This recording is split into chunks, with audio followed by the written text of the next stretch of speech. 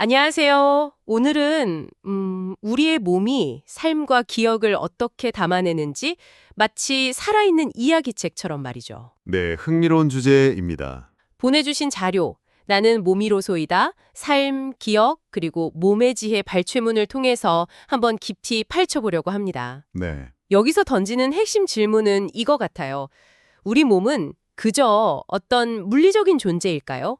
아니면 경험으로 쓰인 살아있는 이야기일까요?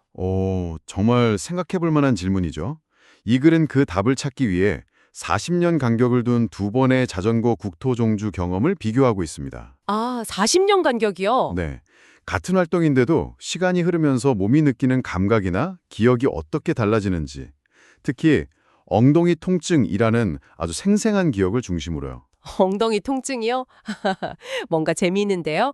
첫 번째 종주가 40년 전 대학 신입생 때 친구랑 같이 비포장도로를 매일 100km씩 달렸다고요? 와, 그렇죠.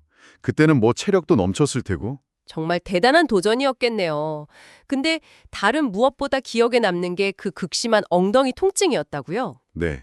심지어 목욕탕에서 서로 빨개진 엉덩이를 보면서 막 웃었다는 그런 장면도 나오죠. 참 솔직하네요. 근데 그 당시에는 그 고통이 그렇게 크게 느껴지지 않았다는 건가요? 네, 바로 그 점이 중요합니다. 당시에는 그 고통조차 젊은 날의 아름다운 추억이라는 뭐랄까 그런 필터로 걸러졌다는 거죠. 그래서 사소하게 느껴졌다고 하고요. 아, 기억이라는 게 단순히 과거 사실의 기록만은 아니군요. 그렇죠. 현재 우리가 어떤 의미를 부여하느냐, 즉 서사를 어떻게 만드느냐에 따라 과거 경험의 무게가 달라지는 겁니다. 그 지점이 정말 흥미로운데요? 그럼 40년 후에 다시 도전을 하셨는데? 네, 훨씬 좋은 환경에서요. 네, 자전거 도로도 잘 포장되어 있고 시설도 좋고 심지어 전기 모터 도움까지 받았다고 하셨어요. 객관적으로는 훨씬 편한 조건인데? 네, 맞아요. 근데 왜 엉덩이 통증은 40년 전보다 더 심하게 느껴졌을까요? 이게 실제 감각의 차이일까요? 아니면 기억이었던 왜곡일까요? 저자 자신도 그 부분이 좀 혼란스럽다고 해요. 인지과학적으로 보면 기억이라는 건 현재의 감정이나 상태에 따라서 계속 재구성되거든요. 계속 바뀌는 거군요. 네, 40년 전에는 그 젊음이라든지 성취감 같은 긍정적인 감정이 통증 기억의 강도를 좀 약화시켰을 수 있어요. 그럴 수 있겠네요. 반면에 현재는 뭐 몸의 노화라든지 다른 어떤 심리적인 요인이 과거의 통증 경험을 더 날카롭게 느끼게 만들었을 수도 있고요. 아하. 그러니까 기억은 객관적인 사실 자체라기보다는 현재의 내러티브에 좀 더 봉사하는 경향이 있다는 거죠. 기억이 현재의 나를 반영한다는 말씀이시군요. 와닿네요.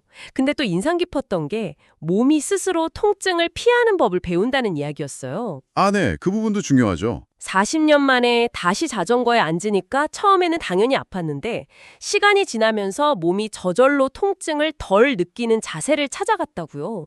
의식적인 노력이 아니었다는 점이 참 놀랍습니다. 바로 그게 이 글에서 말하는 몸의 지혜라고 할 수 있을 것 같아요. 단순한 자세 교정 그 이상이죠. 몸의 지혜요? 네, 우리 몸은 수많은 비의식적인 학습과 적응을 통해서 스스로 최적의 상태를 찾아갑니다. 뭐 근육 기억이라든지 평형 감각 같은 것들이 복합적으로 작용하는 거거든요.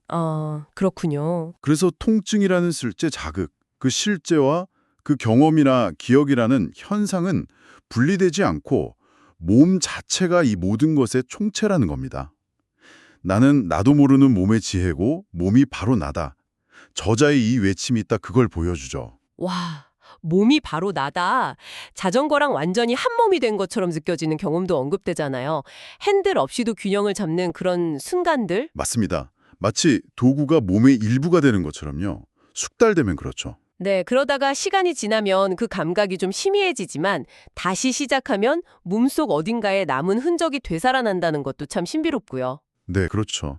결국 우리 각자의 몸은 저마다의 고유한 역사와 이야기를 품고 있는 셈입니다. 네. 이 40년간의 자전거 여행 비교는 같은 사건이라도 시간, 몸 상태, 그리고 현재의 해석에 따라서 얼마나 다르게 기억되고 느껴질 수 있는지 이걸 아주 극명하게 보여주는 사례라고 생각해요. 몸이 기억하는 방식, 그리고 그 기억을 우리가 어떻게 다시 이야기로 만드는지가 정말 밀접하게 연결되어 있다는 거네요. 그렇습니다. 몸은 고통을 분명히 기억하지만 동시에 또 놀라운 적응력을 보여주기도 하고요. 때로는 아름다운 추억이라는 이야기 아래 그 고통을 살짝 감추기도 하죠. 네. 몸과 마음, 경험과 기억이 얼마나 복잡하게 얽혀 있는지를 생각하게 만드는 것 같아요. 혹시 여러분의 몸에는 어떤 이야기가 새겨져 있나요? 아주 오래전에 했던 활동을 최근에 다시 해보신 경험이 있다면 그때와 지금 몸의 느낌과 기억이 어떻게 다른지 한번 떠올려 보세요. 어쩌면 몸은 우리의 의식적인 기억과는 조금 다른 이야기를 들려줄지도 모르겠네요. 네, 그럴 수 있습니다. 저자가 그때 중단했던 나머지 자전거 코스를 올 여름에 완주할 계획이라고 하는데요. 이건 단순히 길을 가는 걸 넘어서 과거와 형제의 자신을 잇는 아주 의미 있는 여정이 될 것 같습니다. 네, 그럴 것 같네요. 오늘 이 몸과 기억에 대한 깊은 성찰이 여러분께도 스스로를 돌아볼 어떤 질문 하나를 던졌기를 바랍니다.